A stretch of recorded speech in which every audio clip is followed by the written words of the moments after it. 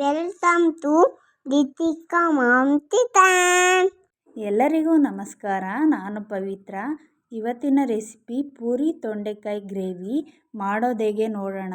ನಾನು ಪೂರಿ ಹಿಟ್ಟನ್ನ ಕಲಿಸ್ಕೊತಾ ಇದ್ದೀನಿ. 3/4 kg ಮೈದಾ ಹಿಟ್ಟನ್ನ ತೊಗೊಂಡಿದ್ದೀನಿ. 1 ಕಪ್ ಅಷ್ಟು ಚಿರೋಟಿ ರವೆ ಹಾಕ್ಕೋತಾ ಇದ್ದೀನಿ. ರುಚಿಗೆ ತಕ್ಕಷ್ಟು ಉಪ್ಪು, 1 ಟೇಬಲ್ ಸ್ಪೂನ್ ಸಕ್ಕರೆ, 1 ಟೇಬಲ್ ಸ್ಪೂನ್ ಎಣ್ಣೆ ಹಾಕ್ಕೊಂಡು ಚೆನ್ನಾಗಿ ಕೈಯಲ್ಲಿ ಮಿಕ್ಸ್ ಮಾಡ್ಕೊಳ್ಳೋಣ. ಈ ಮೆಥಡಲ್ಲಿ ಪೂರಿನ ಮಾಡಿದ್ರೆ ತುಂಬ ಚೆನ್ನಾಗಿ ಉಬ್ಬಿ ಬರುತ್ತೆ ಮತ್ತು ಎಣ್ಣೆನೂ ಸುದ ಕುಡಿಯಲ್ಲ. ಇವಾಗ ಸ್ವಲ್ಪ ಸ್ವಲ್ಪನೇ ನೀರು ಹಾಕ್ಕೊಂಡು ಚೆನ್ನಾಗಿ ಮಿಕ್ಸ್ ಮಾಡ್ಕೊಳ್ಳೋಣ. ಸಾಫ್ಟಾಗಿ ಮಿಕ್ಸ್ ಮಾಡ್ಕೊಳ್ಳೋಣ. ನೀವು ನೋಡ್ತಾ ಇರ್ಬೋದು ಇವಾಗ ಮಿಕ್ಸ್ ಮಾಡ್ಕೊಂಡಿದ್ದಾಗಿದೆ. ಈಗ ಸ್ವಲ್ಪ ಎಣ್ಣೆ ಹಾಕ್ಕೊಂಡು ಸ್ವಲ್ಪ ನಾದ್ಕೊಳ್ಳೋಣ. 1 ಸ್ಪೂನ್ ಎಣ್ಣೆನ ಮೇಲೆ ಸವರಿ ಪ್ಲೇಟ್ನ ಮುಚ್ಚಿ ಒಂದು ಅರ್ಧ ಗಂಟೆ ರೆಸ್ಟ್ ಮಾಡೋದಕ್ಕೆ ಬಿಡ್ತೀನಿ. ನೆಂದಷ್ಟು ಸ್ವಲ್ಪ ಪೂರಿ ಸಾಫ್ಟಾಗಿ ಚೆನ್ನಾಗಿ ಬರುತ್ತೆ. ನೀವು ಪೂರಿ ತೊಂಡೆಕಾಯಿ ಗ್ರೇವಿನ ಟ್ರೈ ಮಾಡಿ ಹೇಗೆ ಬಂತು ಅಂತ ಕಮೆಂಟ್ನಲ್ಲಿ ತಿಳಿಸಿ. ಇವಾಗ ನಾನು ಪೌಡರ್ನ ರೆಡಿ ಮಾಡ್ಕೋತಾ ಇದ್ದೀನಿ. ಗ್ರೇವಿಗೆ ಒಂದು 4 ಸ್ಪೂನಷ್ಟು ಕಡಲೆಬೀಜನ ಹಾಕ್ಕೊಂಡು ಹುರ್ಕೋತೀನಿ. ನಾನು ಅರ್ಧ kgಗೆ ಮಾಡ್ಕೋತಾ ಇದ್ದೀನಿ ತೊಂಡೆಕಾಯಿ ಗ್ರೇವಿನ. ಅರ್ಧ kgಗೆ ಮಾಡ್ಕೊಳ್ಳೋದ್ರಿಂದ ನೀವು 2 ಸ್ಪೂನ್ ಹಾಕ್ಕೊಂಡ್ರೆ ಸಾಕು. ನಾನು 4 ಸ್ಪೂನ್ ಹಾಕ್ಕೊಂಡಿದ್ದೀನಿ. ಸ್ವಲ್ಪ ಪೌಡ್ರನ್ನ ನಾನು ತೆಗೆದಿಟ್ಕೋತೀನಿ. ಈಗ ಕಡಲೆಬೇಳೆ ಉದ್ದಿನಬೇಳೆನೂ ಹುರ್ಕೋತೀನಿ ನಾನು. ಅದನ್ನು 4 ಸ್ಪೂನ್ ಹಾಕ್ಕೊಂಡಿದ್ದೀನಿ. ಈ ಪೌಡ್ರನ್ನು ಪಲ್ಯಗಳಿಗೂ ಹಾಕ್ಕೋಬೋದು. ಇದೇ ರೀತಿ ನೀವು ಪಲ್ಯನೇ ಮಾಡ್ಕೋಬೋದು. ನಾನು ಸ್ವಲ್ಪ ಪೂರಿಗೆ ಗ್ರೇವಿ ಬೇಕು ಅಂತ ಗ್ರೇವಿ ಟೈಪಲ್ಲಿ ಮಾಡ್ಕೋತಾ ಇದ್ದೀನಿ. ಇವಾಗ ನಾನು 1-2 ಸ್ಪೂನಷ್ಟು ಧನಿಯಾ ಕಾಳನ್ನು ಹಾಕೋತಾ ಇದ್ದೀನಿ. ಅದನ್ನು ಜಸ್ಟ್ ಫ್ರೈ ಮಾಡ್ಕೋತೀನಿ ಅಷ್ಟೇ. ತುಂಬ ಫ್ರೈ ಮಾಡೋಕ್ಕೆ ಹೋಗಬೇಡಿ, ಚೆನ್ನಾಗಿರಲ್ಲ. ಪೂರಿಗೆ ಯಾವಾಗಲೂ ಆಲೂಗೆಡ್ಡೆ ಸಾಗುನ ತಿಂದು ಬೇಜಾರಾಗಿದ್ದರೆ ಈ ರೀತಿ ಒಂದ್ಸಲಿ ಟ್ರೈ ಮಾಡಿ ನೋಡಿ. ತುಂಬ ಸೂಪರಾಗಿ ಬರುತ್ತೆ. ಪೂರಿ ಚಪಾತಿ ದೋಸೆಗೆಲ್ಲ ಒಳ್ಳೆ ಕಾಂಬಿನೇಷನು. ನೀವು ಗ್ರೇವಿ ಬೇಡ ಅಂದರೆ ನೀವು ಪಲ್ಯನೂ ಸುಧಾ ಮಾಡ್ಕೋಬೋದು ಇದೇ ಪೌಡರ್ನ ಹಾಕ್ಕೊಂಡು. ಗ್ರೇವಿನೂ ತುಂಬಾ ಚೆನ್ನಾಗಿ ಬರುತ್ತೆ. ಅದನ್ನು ಒಂದ್ಸಲಿ ಟ್ರೈ ಮಾಡಿ ನೋಡಿ. ಇವಾಗ ನಾನು ಎಳ್ಳನ್ನು 1-2 ಸ್ಪೂನ್ ಹಾಕೋತಾ ಇದ್ದೀನಿ. ಅದನ್ನು ಸುಮ್ಮನೆ ಜಸ್ಟ್ ಫ್ರೈ ಮಾಡ್ಕೋತೀನಿ ಅಷ್ಟೇ.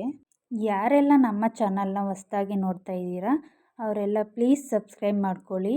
ಬೆಲ್ ಬಟನನ್ನು ಕ್ಲಿಕ್ ಮಾಡೋದನ್ನ ಮರಿಬೇಡಿ. ಈ ಗ್ರೇವಿಗೆ ಎಳ್ಳು ಮತ್ತು ಕಡಲೆಬೀಜ ಒಳ್ಳೆ ಟೇಸ್ಟ್ ಕೊಡುತ್ತೆ. ನಿಮ್ಮ ಹತ್ರ ಗೋಡಂಬಿ ಇದ್ರೂ ಸುಧಾ ಹಾಕೋಬೋದು, ತುಂಬಾ ಚೆನ್ನಾಗಿ ಬರುತ್ತೆ ಅದನ್ನು. ಈಗ ಬ್ಯಾಡಗೆ ಮೆಣಸಿನ್ಕಾಯಿ ಹಾಕೋತಾ ಇದ್ದೀನಿ. ನಾನು 6-7 ಹಾಕೋತಾ ಇದ್ದೀನಿ. ನಿಮಗೆ ಖಾರ ಜಾಸ್ತಿ ಬೇಕು ಅಂದರೆ ನೀವು ಖಾರದ ಮೆಣಸಿನ್ಕಾಯಿನೂ ಸುಧಾ ಹಾಕೋಬೋದು. ಅದನ್ನು ಒಂದು ಸ್ವಲ್ಪ ಫ್ರೈ ಮಾಡ್ಕೋತಾ ಇದ್ದೀನಿ. ಈಗ ಮೆಣಸಿನ್ಕಾಯಿ ಆಗಿದೆ. ಒಂದು ಅರ್ಧ ಕಪ್ಪಷ್ಟು ತೆಂಗಿನಕಾಯಿನ ಕಟ್ ಮಾಡಿ ಹಾಕೋತಾ ಇದ್ದೀನಿ. ನಿಮಗೆ ಗ್ರೇವಿ ಎಷ್ಟು ಬೇಕು ಅಷ್ಟು ಹಾಕ್ಕೊಳ್ಳಿ.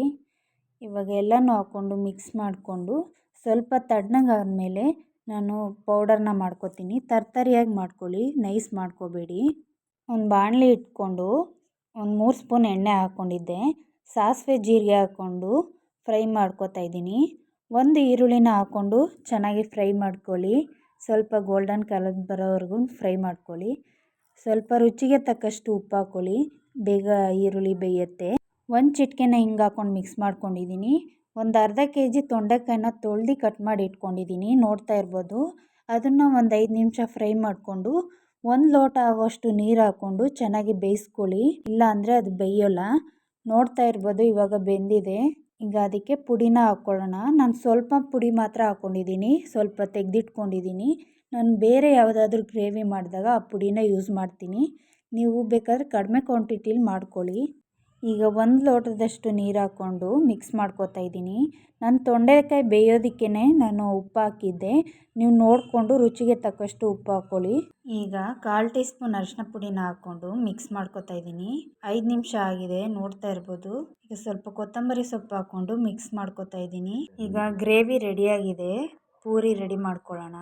ಈಗ ಪೂರಿ ಹಿಟ್ಟನ್ನ ಸರಿಯಾಗಿ ಒಂದ್ಸಲಿ ಮಿಕ್ಸ್ ಮಾಡಿಕೊಂಡು ಒತ್ಕೋತಾ ಇದ್ದೀನಿ, ನೋಡ್ತಾ ಇರ್ಬೋದು. ಎಲ್ಲ ಪೂರಿನೂ ಹೀಗೆ ಲಟ್ಟಿಸ್ಕೊತಿದ್ದೀನಿ ನಾನು. ನಿಮ್ಗೆ ಯಾವ ಶೇಪಲ್ಲಿ ಬೇಕೋ ಆ ಶೇಪಲ್ಲಿ ಮಾಡ್ಕೊಳ್ಳಿ.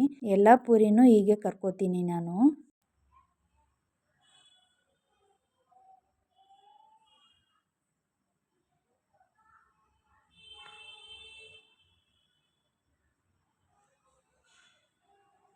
ಪೂರಿ ಗ್ರೇವಿ 2 ರೆಡಿಯಾಗಿದೆ. ಪ್ಲೇಟ್ಗೆ ಸರ್ವ್ ಮಾಡ್ಕೋತಾ ಇದ್ದೀನಿ. ನೋಡ್ತಾ ಇರ್ಬೋದು ಎಷ್ಟು ಸೂಪರಾಗಿ ಬಂದಿದೆ ಗ್ರೇವಿ ಅಂತೂ. ನಮ್ಮ ವಿಡಿಯೋ ನಿಮಗೆ ಇಷ್ಟ ಆಗಿದ್ದಲ್ಲಿ ಲೈಕ್ ಮಾಡಿ, ಶೇರ್ ಮಾಡಿ, ಸಬ್ಸ್ಕ್ರೈಬ್ ಮಾಡ್ಕೊಳ್ಳಿ. ಮತ್ತೊಂದು ಹೊಸ ರೆಸಿಪಿ ಜೊತೆ ಸಿಗೋಣ. Thanks for watching.